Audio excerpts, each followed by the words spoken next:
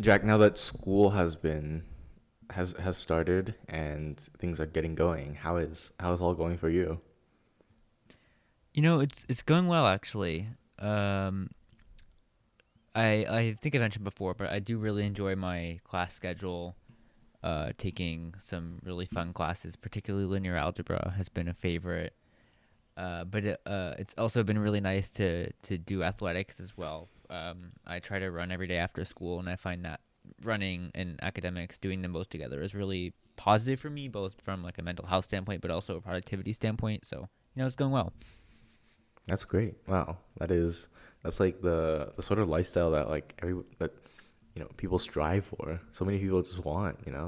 Um Well, at the same time, you also have to go to school and have to do homework, so there's not a lot of free time either to do or spend days doing like trips or whatever or activities like that. I can't go to Mexico for 2 weeks. hmm. Hmm. I mean, yeah, I don't know what kind of weirdos would go to Mexico for 2 weeks, huh? Well, first of all, people who have the time, and maybe people who would take a gap year to do things like that. I wonder Speaking of wonder who would which, do that. yeah, I mean, since our last episode, you are now not in Mexico City anymore. Is that right? Yeah, I am. I took the nighttime bus from Mexico City to Oaxaca. I actually only arrived this morning. We're recording right now, and it's 11 p.m. right now for me. And basically, last night I took the night bus, and then I arrived at 7 a.m. And the whole day has just been exploration. Um, so it has And been how does Oaxaca compare so far to Mexico City? I mean, you've only been there for what, 14 hours, or I guess since 7 a.m. would be five, so maybe 16 hours. Is it different, better? I Obviously, it's mean, smaller. you can definitely tell that the whole vibe is different from Mexico City. Mexico City is very much metropolitan, right? Go go go go go, as well as center of the country, right? Government, history, center of everything. Oaxaca is certainly much more localized to this region, to the state of Oaxaca, to the local people, the Zapotec people, and the food. It's so amazing. I've only, like I said, I've only been here for like what 14 hours, but the food so far has just been absolutely great. I heard that you were eating grasshoppers, which is it not for everyone, but it sounded appealing to me the way you described it. Well, actually, let me ask you first because well, you know, we'll talk about the grasshoppers in a bit. But have you ever heard of? Do you know what mole is? Yeah, I've never actually ate it myself, but I see it on menus all the time and hear that Hmm. it's good. Well, yeah. Well, mole is basically a sauce, a Mexican sauce, and it comes. There's many different varieties, but Oaxaca, the mole of Oaxaca is one of its proudest culinary contributions. Um, and I had it this morning, and it was absolutely amazing. It's interesting. They actually put because another thing that Oaxaca is special for is for being the origin place of chocolate. Um, and so they actually put chocolate in their mole. They have hot chocolate beverages, and it's just really amazing. Wow. When you Yeah. say origin of chocolate, you mean in like the entirety of the globe, or just in a localized, I guess the North American and South America area? Well, chocolate comes from Mexico, from southern Mexico. The cacao beans comes from somewhere in the south of Mexico, in Oaxaca. Hence, for example, all the chocolate things, anything chocolate related, right? Bars or drinks, they were all invented here first, basically. Uh, so lots of chocolate, I'll say. And so is the traditional mole that you would eat in Oaxaca, is it chocolate based? I mean, you mentioned that It's there not is chocolate mole with chocolate. based. It's not based. It's a sauce. There's a ton of stuff in it. Like there's nuts and there's all the spices and there's chilies and they even put bread in the mole in the sauce. Um, but the chocolate is one component of it. and it's been really amazing. Um, It but sounds amazing. yeah, have you been to Oaxaca before? Have you been to Mexico before? In your words, of course not. I have never been close. Well, I've been to San Diego, but I've never been near the border. Isn't San Diego on the border? Technically, from a geographical standpoint, no, because Chula Vista is south of San Diego, and then you have San Ysidro. But the light rail system does go to the border. Wow, that is certainly a technicality. What is it like? Like what? 10 miles from the border, the It's official probably city. yeah, it's probably a 20-minute drive to maybe 25 minutes, 30 minutes to the San Diego airport. Mm. Wow, nice. Well, you should come sometime. But back to the thing about the grasshoppers. Yeah. So, first of all, have you had grasshoppers before? I have not. I don't think I've had an insect at all. Really? So no. Never? Well, Should I I mean, try it? Is it I mean, good? well, first of all, aside from the insects that the FDA puts in your food, right? Um, but yeah, I mean, for okay, so these the grasshoppers here, right? So it's actually a very common snack in Mexico, but especially in the south of Mexico in Oaxaca. And grasshoppers, in Spanish are called chapulines. Um, and they can be found being sold everywhere, in the city, in stalls, in the markets. And I at first, I was told by many people to try this, and being having an open mind and an open stomach, I was like, sure. But I didn't expect, like, because the grasshoppers, so they are fried, right? But then afterwards, they're fried, with certain seasonings, right? So with, for example, lime juice, with chilies, with whatever else. And so I got the one with lime juice. And let me tell you, I don't know what I was expecting, but I was certainly not expecting them to have such a big pop of flavor and juice with each bite, Hmm. Um, I don't, does that make sense? Like It makes they're sense to like, me. I mean, I've never had an insect like that, but I think I get what you're saying. Uh, it's like they look like they're dry because they're fried, right? And they're dark in yeah. color. But then you bite into one, and then boom, out pops all the juice and flavor. And so, if you had to describe the flavor, what is it like? I mean, you mentioned that it has like limon or spices on it, but I presume that's not like the major flavor profile you get, is it? I would. What's a good way to describe it? I was actually struggling to describe it to my vegetarian friend earlier today because there's just um it tastes like chicken if chicken were fried and seasoned with lime juice and were also grasshopper. That's the best description I can come up with. So basically, it's just eating fried chicken with spices. If the fried chicken were fried grasshoppers, yes. I don't. You need to come down to Oaxaca and try it. They're actually like crazy good, crazy unique too. Not everywhere that you see eating fried grasshoppers like this. Mhm. Yeah, I mean, I imagine I can hopefully find it somewhere closer to California than Oaxaca, because you mentioned it's all over the country. But if Oaxaca's the best, then I should definitely try to get down there at some point, um, if that's But even possible. but I mean, you said that like we were talking earlier, and you said that like there's some a lot of people in your family who really love Oaxaca, huh?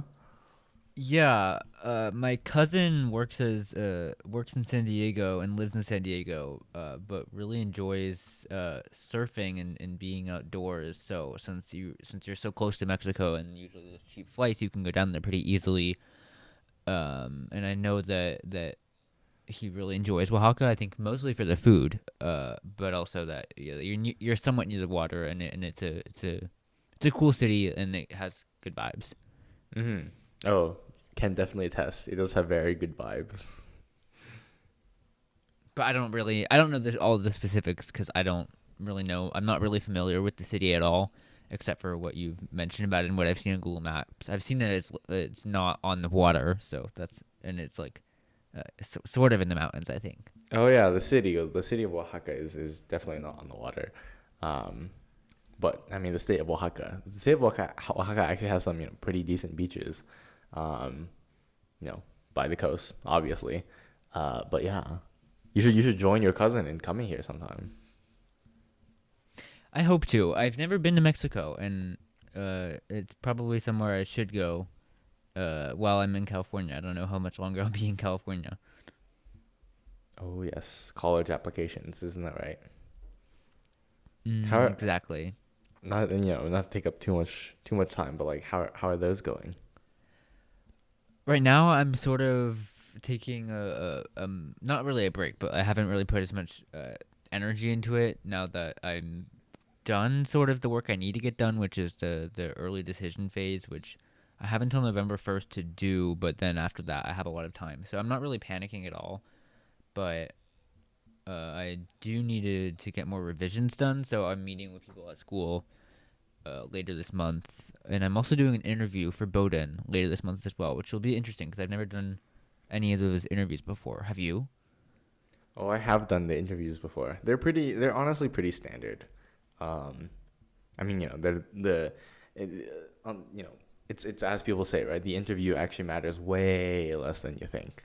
So That's it's what I've heard. Yeah. mm-hmm. It's good if for example, if you bombed your interview, right? It's like, oh yes, the interview, it's not as important as you think. But at the same time, it's like, oh, if you do really well on your interview, it's like, oh well, it's not as important as you think.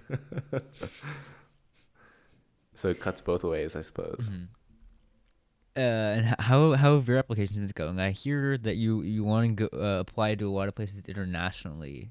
What's the timeline for those schools? The timeline just varies like crazily. Some run all the way until April of next year. To apply. So it really depends on the school. And certainly there's too many to list, but yeah, I guess they're going as they do go. And also, I guess along those lines, how is the China Scholars Program going? I don't know if you mentioned that you're doing that on these episodes, but how is that going? It's what week two? Oh yeah, it is. I don't know. I've lost track already. But it's going well as well. It's the other Stanford program, another online Stanford program about Chinese politics and history and all the rest. Um, but yeah, I guess that is coming along well as well. I guess there's really not much to say about that. It's work. As you understand, right? It's work and then discussion and then readings and then lecture and the same thing over and over and over again, right? Um, so not too much interesting things going on there. But yeah. You did mention a couple weeks ago that you did email the people in Wales about the train line. Have you heard back from them? I did hear back from them, and I think they are in the process of, I think getting some logistics sorted out. I did get a response back, and they said I could come in October, and now it's just a matter of time of getting everything sorted out and the logistics, like I said. Um, but then yeah, if I would be able to do that, then that would be absolutely amazing. That would be amazing. Yes. Hopefully. Hopefully it'll be possible. Um, but in any case, um, let us talk about some fairies. Yes. Yeah, so ideally we were envisioning discussing different fairy lines, especially primarily looking at which ones are the longest, which we had anticipated being something that's fairly researchable and somewhat common knowledge, but apparently that's not the case. And while there is certainly a distinction between the longest types of ferries, there really isn't a cohesive and comprehensive list or even discussion about just the longest routes, and it's really seemingly, from what I picked up, mostly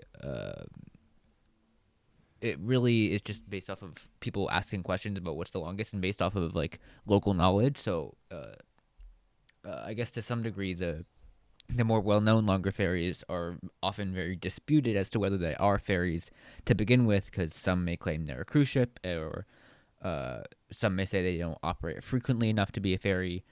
But we had envisioned looking at different ferries that are generally pretty long, but also maybe more just a broader discussion of ferries in general. Yeah, so basically the basis for this is that the ferry lines that will discuss mostly come from this one article from the New Zealand Herald in from April 1st, 2018, titled Six of the World's Longest Journeys, Bus, Train, and Ferry Voyages That Last Days, right? And, as you did say, there's so many different, criteria for ferries, so many different ways you can categorize this.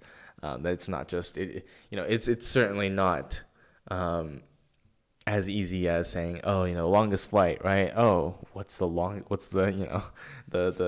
the point to point one that takes the longest, right? Where airlines publish all of their routes easily. And so that's also the reason why, for example, there is no easily accessible, right? Easily accessible list of the world's longest ferry routes, right? While it may be common knowledge to know that the longest flight is, for example, Singapore Airlines, right? Singapore to Newark. Ferry, maybe not so much. And, that's what makes it so difficult to talk about. Just because, right? Well, especially because two of the ferries listed in the article, and one of them is now not operating anymore. But two of them they mentioned, there was the Bergen to Kirkenes ferry, and the Alaska ferry from Bellingham to Skagway. Those are both questionably ferries because they make a lot of stops along the way, and especially in relation to the Bergen ferry, it's a Hurtigruten boat, which as people may recognize, is not actually a ferry company, and they operate cruise lines. So it's very questionable these days as to what even a ferry is. So maybe we should answer that question first. Yeah, so let's talk about this in the context of, well, actually, let me ask you this first, right? Jack, you live in the city that has ferries, Right. and that also has big cruise ships. What separates the two apart, in your humble opinion? Well, first, I have never been on a cruise ship, so I don't know Likewise. specifically, like how to talk about those experiences in relation to one another. But ferries, for the most part, primarily are not very inclusive in terms of what they offer. You just pay for a seat, and it's mainly a mode of transportation from one place to another, and in many cases, not making a lot of stops in between. Certainly, you can have a ferry that makes a lot of stops, and there are examples of that. But for the most part, they're meant as a mode of transport between an island and either another island or the mainland. And the boats, I mean, obviously there is no set in stone definition, but for the most part, the boats are smaller and can carry, I think, like maybe 100 to 300 people. It really depends on the boat. And then many of them, especially in areas like Norway where they run along the coast, fit cars as well, which is often almost critical in some parts of states and countries because they are an extension of the road system that just fills in a water gap that the road doesn't want to. They don't want to build a bridge over or a tunnel because the ferry would be a lot cheaper. Yeah, exactly. I think that last point that you said about the intrinsic purpose of ferries to act as the connector where roads just simply aren't possible is super important. Because there's lots of regions in the world For example, in, we'll say, Newfoundland, Canada, right, where the government has to operate hundreds and hundreds of ferries to tiny remote settlements up and along the coast, just because it's not possible and hasn't been worthwhile to build a road to all those places. And so the ferry, which serves as oftentimes the only lifeline to those small places, is what is absolutely critical, right? Unlike a cruise ship, of course, which is filled with billions and billions of rich tourists. And all of the pollution that it causes year round, and all of the Precisely, yeah, and precisely. running over small towns with tourists. I mean, I've generally had a negative perception of cruise ships, but I had a pretty positive perception of ferries, which is interesting. Yeah, but let's talk about this in with the first one, right? Um, I think the easiest way we can talk about this is in the context of one of the routes, the contenders for longest routes, right? So first of all is as you mentioned, the Bergen to Kirkenes ferry quote in Norway, which takes, I believe, 11 days, and runs just all the way along the coast from Bergen in south central Norway, all the way up and along the coast, through cities to Kirkenes, which is in northeastern Norway, close to the Russian border. So Jack, first of all, I want to know, like, your thoughts on this route itself. Do you think it serves a purpose in the context of greater Norwegian transit? And then second of all, right, do you think this would count as one of the world's longest ferries, given that it does take 11 days, but It's, certainly it's other. yeah, those questions are interesting. So first off, what's really interesting about this ferry specifically is that it operates daily, 365 days a year. So that means every day you Wait, could, really? yeah. So you Not could take even a ferry. Christmas? Um, to my knowledge, I believe it does run on holidays. Wow. Uh, so you can, and you can also get on and off in any of these cities. I think for the most part, people take it as a tourist cruise from Bergen to Kirkenes without getting off, but you can get off.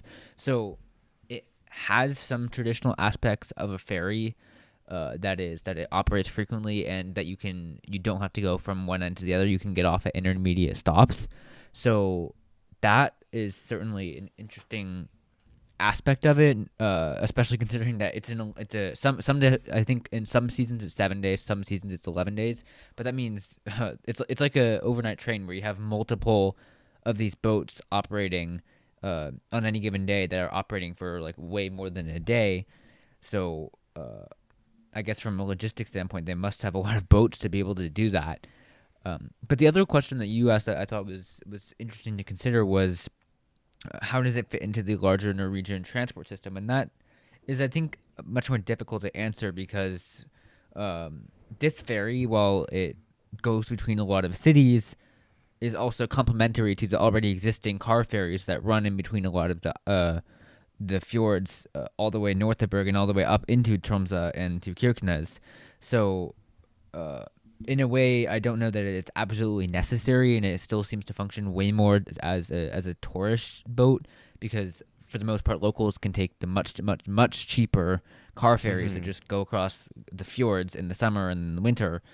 But it certainly, while it does use some cruise ship style looking boats based off of the images I've seen, it still has daily frequency. So I mean, it's certainly not a ferry.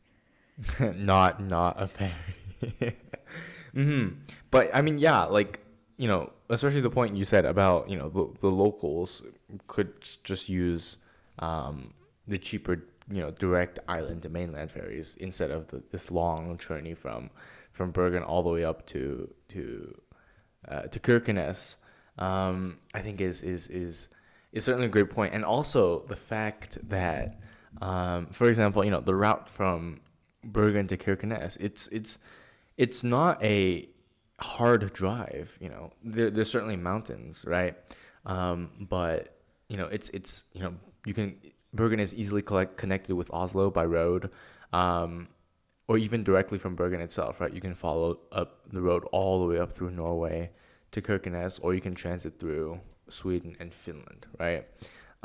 So the road system definitely isn't lacking, but you know for a ferry that takes 11 days, right? There's certainly not going to be many people that sit through all 11 days.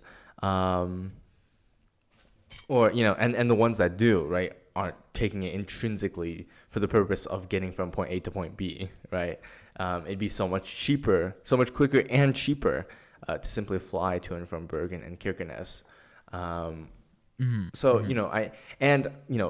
the original New Zealand um, the original New Zealand Herald article also makes a makes the point that the ship is described as a quote very comfortable ferry, and the vessel looks suspiciously like a cruise ship, right?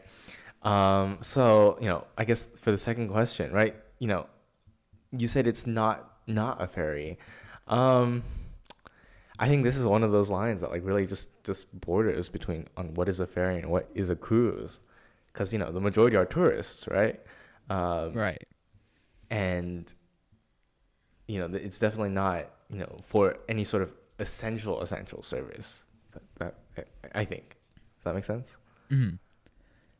Well, especially when you consider the pricing, it's nowhere near a traditional ferry because if you were to do the entire thing from Bergen to Kirkenes, I believe in a normal pricing structure, it's close to 2,000 US dollars. Right now, it appears to be going. The going rate is 1310. So for a ferry, it's not very cheap at all. But you do get free breakfast. You do get free food, which is not something you get on a ferry. But that is Usually. surprisingly that is something that you do get on a cruise. Exactly. So I mean, it has it's a it seems like it's a ferry with a lot of cruise like elements, or maybe you could say a cruise with a lot of ferry like elements. That's actually probably the better description. And and to the point about driving, it's actually based on from what I can tell, impossible to drive all the way through Norway from Oslo to Kirkenes without taking a ferry. At least because you can go up to it looks like Bognes or near Storfjord, and you have to take a ferry uh, uh, to even get farther north. So no matter what you do, you have to take an overland ferry. Now, those kinds of ferries are going to be significantly cheaper than this Bergen to Kirkenes ferry, but also way more frequent. Like these boats literally are just meant to go across these fjords on a daily basis, coming probably 2 or 3 times an hour. So those are certainly way more of a ferry than this Hurtigruten expedition.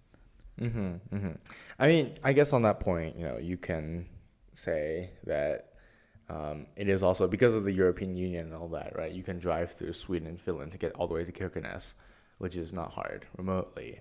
But I mean, another thing that is, I guess, another general point, right? I think that we do need to consider is that there's a distinction to be made not only between ferries and cruises, but ferries and just plain cargo ships as well, right? Because oftentimes, right, cargo ships will have passengers on board, either explicitly marketed outwards or just because some people allowed it, right? So, for example, the ferries between, let's say, Denmark, the Faroe Islands, and Greenland, right? They are sort of functioning with both in mind, with both passengers and cargo, to the extent that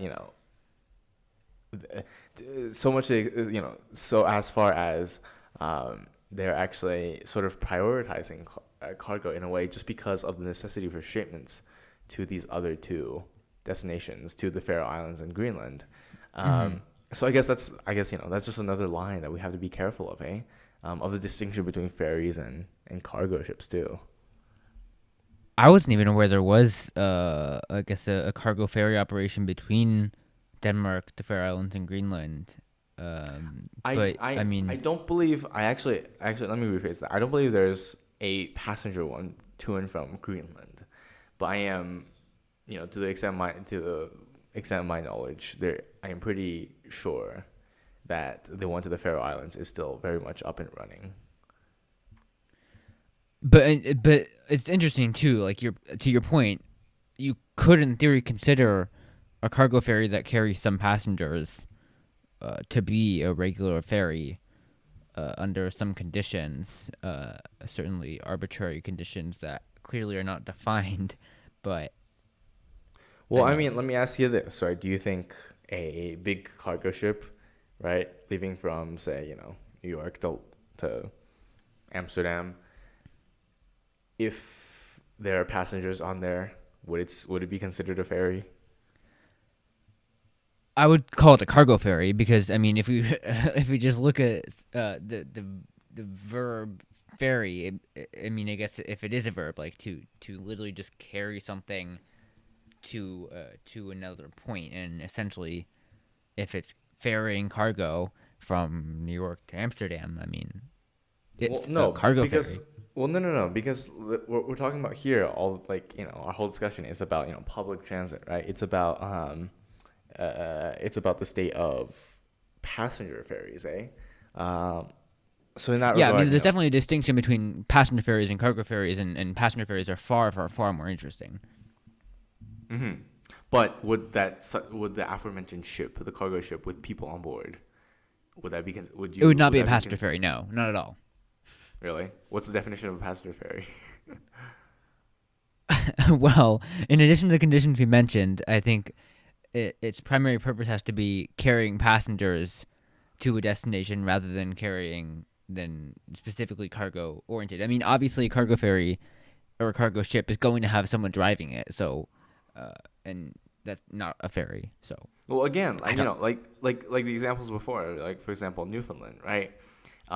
The purpose is both in that sense. So Yeah, you if, know, if it has both, I mean, it's like there's uh planes too, at least in the COVID era, that have been like KLM. I think has a mixed 747 freighter passenger, and those are, I guess, very dual use, and you could consider them both a cargo flight but also a passenger flight. And I hmm mean, if you carry passengers, I think it's definitely still classified under like a public transit mode. hmm yeah. I mean, I was just sort of asking that just because, sort of um, devil's advocate, I suppose. But yeah, definitely, certainly the big cargo ships that traverse the entire world. They even if they have people on board, but non-crew people on board, this is definitely not ferries, right?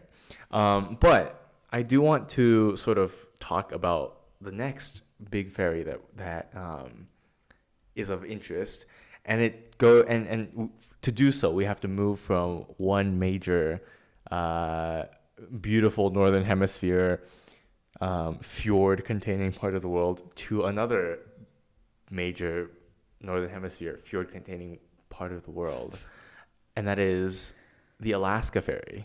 Is that correct? Yeah, and I've actually heard differing names on it. So it's referred to as the Alaska Ferry, but to my knowledge, it's just generally part of what is like the larger Alaska Marine Highway System, Mm-hmm. uh, which for my initial expectations of it being a so-called highway system, I would imagine that it operate like Norway, where you have ferries that extend as part of highways that operate like 3 times an hour to carry cars that wait for the ferry and then continue on.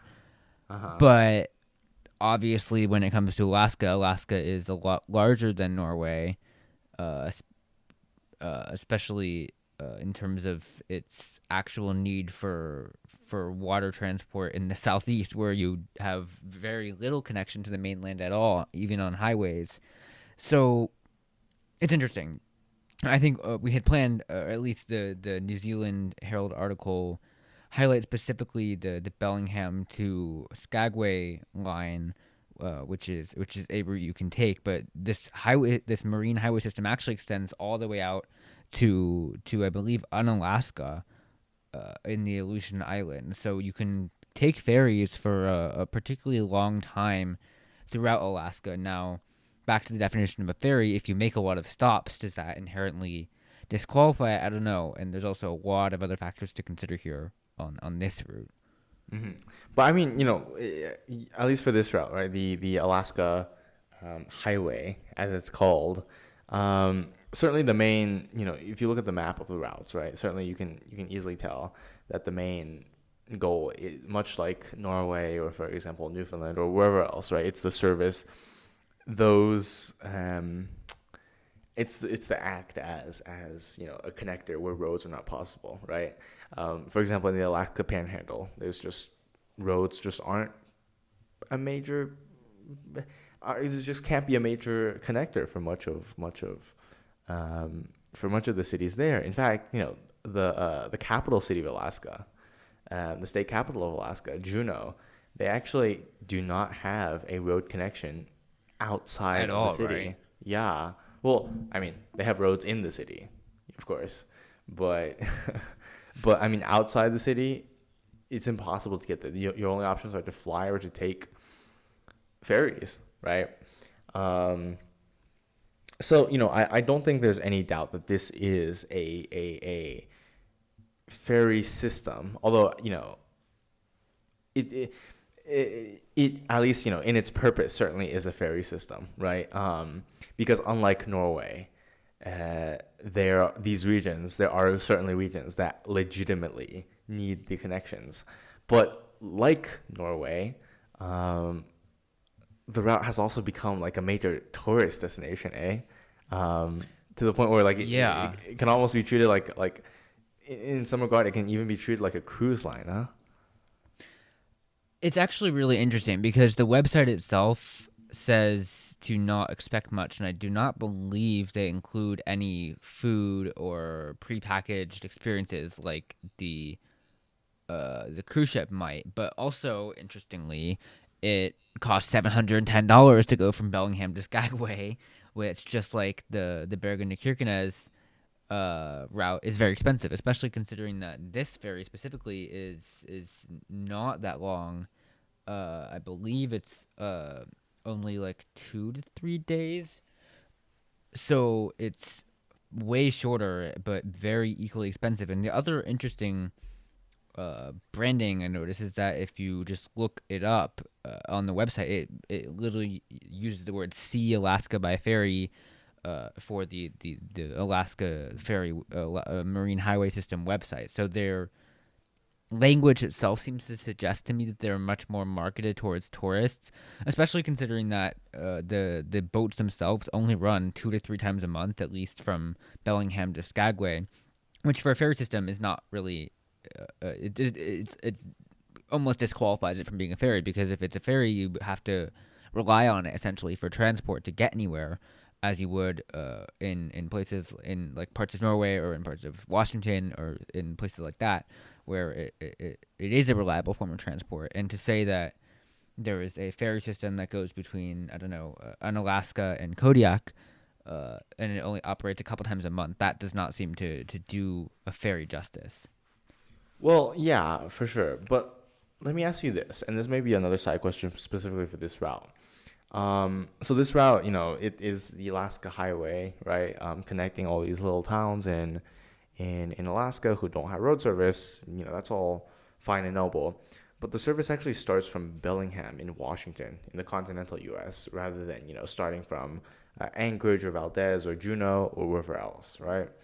Um, but the problem is, uh, a the problem is, right? So the majority of the people who who start off to and from Bellingham, like we said, are primarily tourists, right?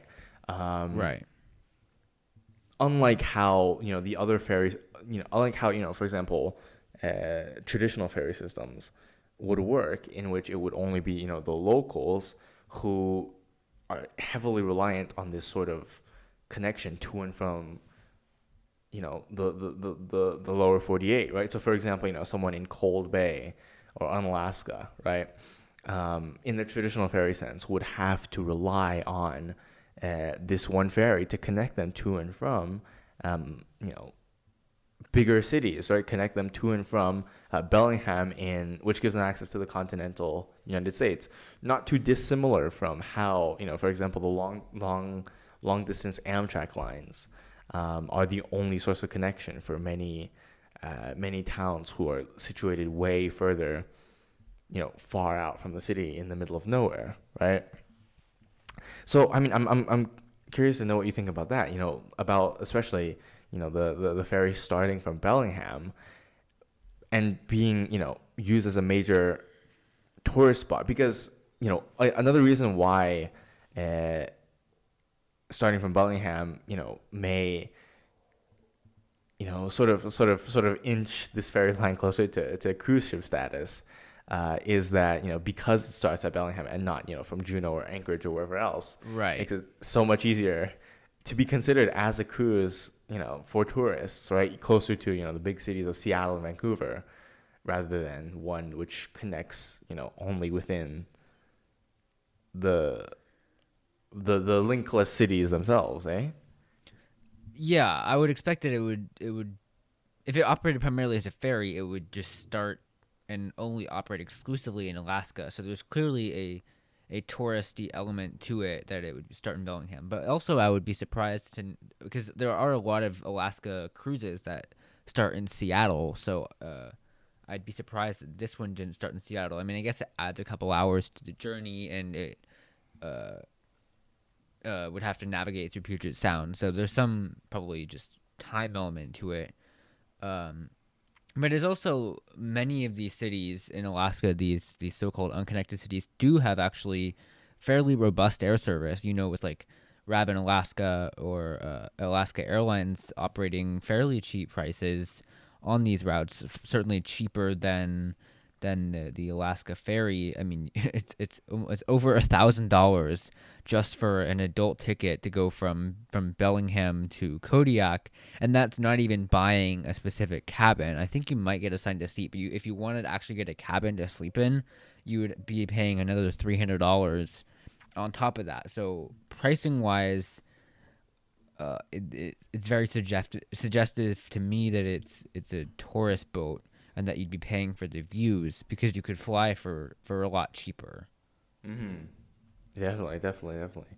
Um, yeah, definitely. I mean, especially, given how Alaska Airlines has been, on the growth in the past decade, in the past few years. Um, you know, Air service to a lot of, um, the northernmost destinations is uh, certainly much less of a hindrance for the region, even though they're not majorly connected by road like much of the rest of the country, which will definitely increase. I guess make the Alaska ferry sort of like how sticking in Alaska. Will make the ferry sort of how for example, a lot of the Alaskan railroads have become, right, where they used to be used for legitimate transport purposes, because being up in the wild north um, is not convenient in any regard, but have nowadays only turned into tourist destinations to see the natural scenery. So too has the ferry turned into sort of that sort of thing, but it's still called a ferry just because of the small percentage of people who do legitimately use it as a ferry. Yeah. Yeah, and I would like to know actually more just the ridership breakdown, and even if it gets a lot of ridership, I mean clearly it survived COVID and probably doing fairly well. But I'd be interested to see the breakdown I of actually mean, like. I mean, it has survived COVID, but I think that's more because the views of the Alaskan fjords are just breathtaking. Hmm. And that's I would assume the primary purpose of it existing in the first place, that it's really more a way to because it does make a lot of stops in between Bellingham and Skagway, which the New Zealand Herald site noted is the reason why it maybe can't be considered a ferry, because it operates essentially like a tourist boat to serve the people wanting the views. Hmm. Although I will say, see, I'm looking at the map just now, and just much like how we talked with, not having to drive, not having to take the ferry to and from Bergen and Kirkenes. I guess this is, I guess, especially from Bellingham to Skagway, there's, you don't technically have to take the ferry either, because Skagway is, unlike, for example, Juneau, which is not connected. Skagway is connected by car, but, to the road system in Canada first, um, which I don't think diminishes um, the the usage, the raison d'être of the ferry at all, because it is certainly very inconvenient to have to drive all the way from Washington through British Columbia and Canada into Yukon and then down into this tiny Alaskan town. But I guess it's also interesting because in this case, right, unlike again the traditional ferry sense, you also don't technically need to take the ferry to Skagway, at least, right? For other cities, certainly, there's a much more compelling case. Well, like I said, too, there is also competition from airlines, because you can fly to Ketchikan, you can fly to Sitka, you can fly to Juneau, Mm-hmm. you can fly to Homer, you could fly to Unalaska, you could fly to Cold Bay, you can fly to all of these places, and in a lot of cases, it's cheaper than the ferry. But uh, I know many people who want to go to Alaska also want to see it by boat, and the ferry in this case would probably be a good option because it makes the stops that people would want to go to. Like, people probably want to get off in Ketchikan, also go to Sitka, maybe go to Gustavus or places like that. So it Mm-hmm. seems it's versatile in what it can do, but it's still a bit interesting, and I guess a turn off to it being a ferry that it just operates 2 to 3 times a month, because at that Mm-hmm. point it really doesn't. I mean, if you're relying on it, it's impossible to rely on it. Mm-hmm. Exactly. Exactly. Um, mhm. And not to mention that, because of this one ferry, it has actually become, quite a little bit of um, a money grab for a lot of these tiny towns that the ferry makes stops in, because, all the tourists who are taking the time to, go and see Alaska, see the real Alaska instead of just flying there and flying out. Um, a lot of tourist focused services have also sprung up in these tiny towns, which I just think is um, which I just think is really funny, and I guess also increases the I guess in a sense also increases the need for the presence of the ferry, um, and for continuing the services rather than again just flying in and out, because once there are tourists who come, people start to center their economy around that, and as a result become more and more hooked, shall we say. And actually, it's important to mention. I don't think we have mentioned this, that this Alaska ferry in the entire marine highway system does actually allow cars on the boat, and um, according to Wikipedia, on average carries around 100,000 vehicles every year. So they do actually bring a lot of not only tourists on the boat, but also people just driving into Alaska who want to, I guess, use the roads that exist in Juneau or get onto the other highways that run in Alaska that aren't connected to the mainland roads in either Canada or in the U.S. Um, so it's interesting that it does cater to cars as well, because that seems to be an element of regular passenger ferries and not cruise ships. Mm-hmm. Definitely, definitely. Especially in throughout the world, right, where it's just what you have to cross the river with a ferry. That's certainly, you know, the car ferry is certainly uh, unlike the cruise ships where they don't allow that almost ever. I've never seen a cruise ship that allows cars.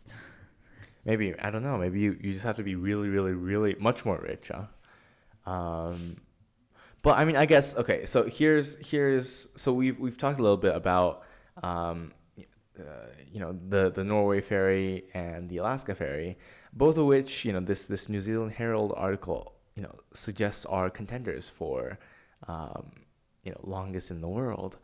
And as we mentioned before, right, it is notoriously hard to find information about what any statistics about the superlatives of ferries in the world, um, which is why there really isn't a definitive answer, at least for now. But I do want to talk about one other ferry, which is not on the list, and I want to know your thoughts on this one. Maybe just have a general introduction to this one as well. But Jack, do you remember? Are you familiar with Tristan da Cunha?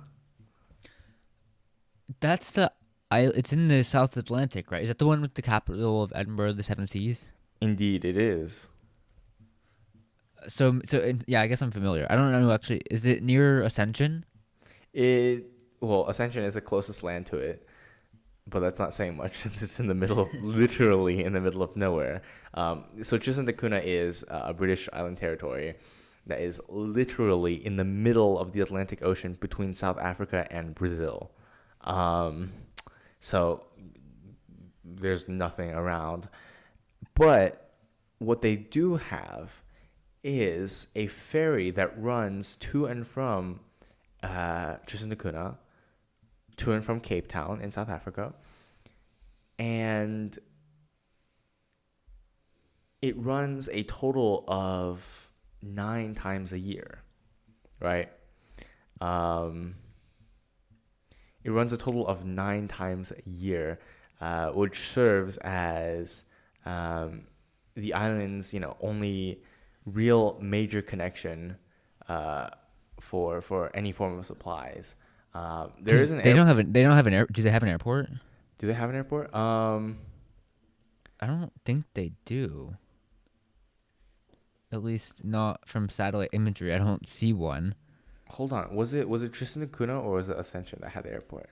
And Um, Ascension has an RAF base, and then Saint Helena has an actual airport. okay, so it was St. Helena that has an airport. That was the one that was built, and there was quite a little bit of a celebration. But Tristan da Cunha does not have an airport.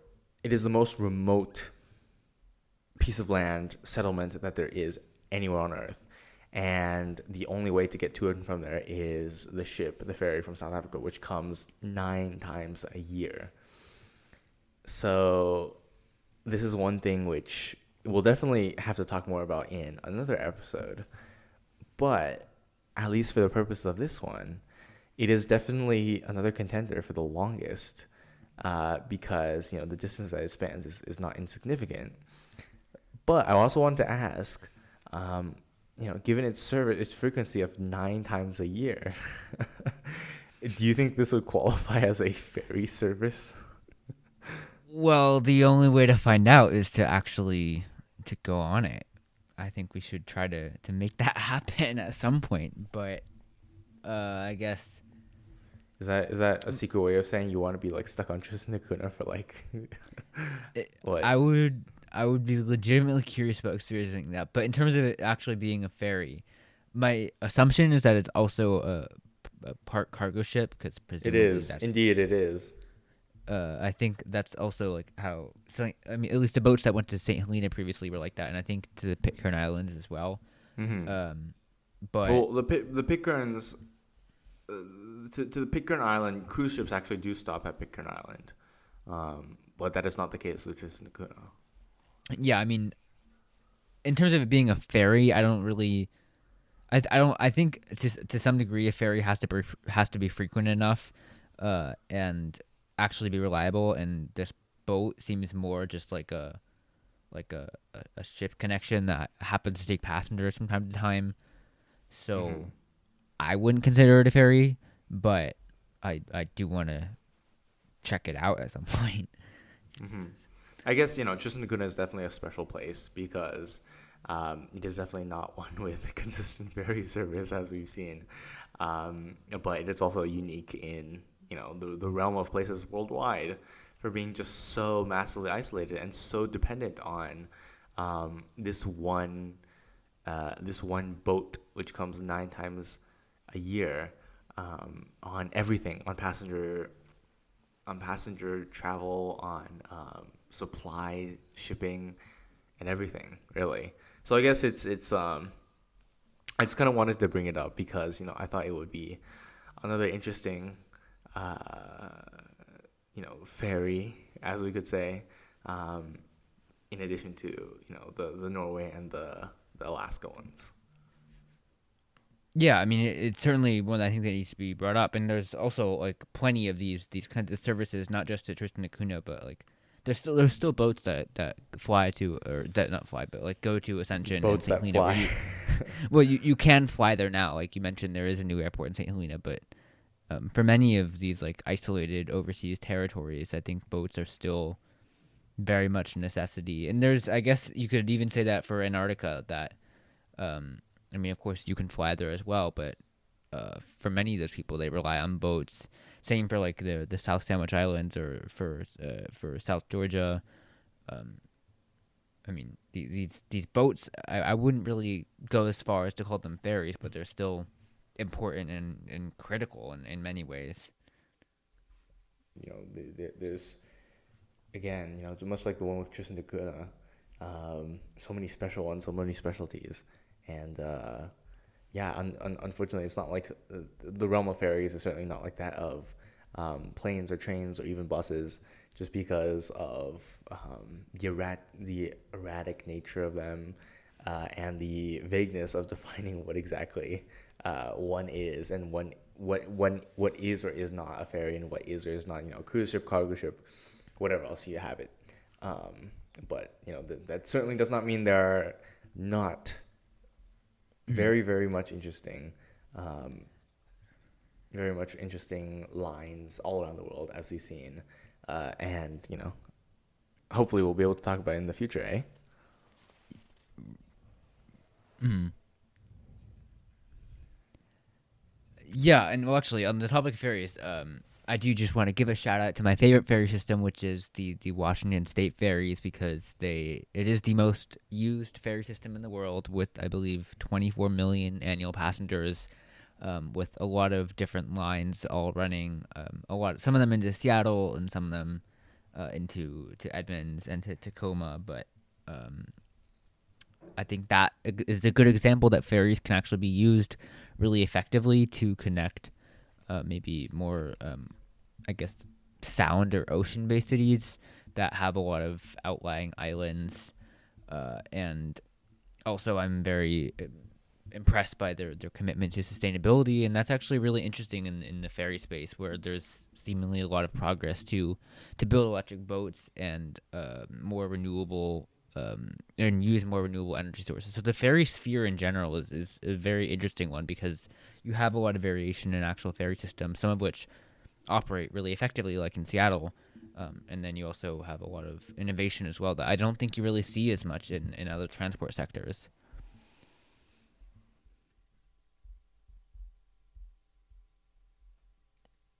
But anyways, this was intended to be a discussion on ferry systems, and obviously you can go into way more depth on any of these systems, especially the larger ones. Um, Also, there's like the Staten Island ferry that carries a lot of people, or other ferries all around the world that have tons of ridership, and you can look in various metrics, not just the longest, but also the longest cable ferry, or just the busiest systems like we've talked about. So there's way more room for discussion on ferries, and we may cover them in the future. Who knows? But hopefully, this was a good intro to what a ferry is, and what's the longest, and how to classify them.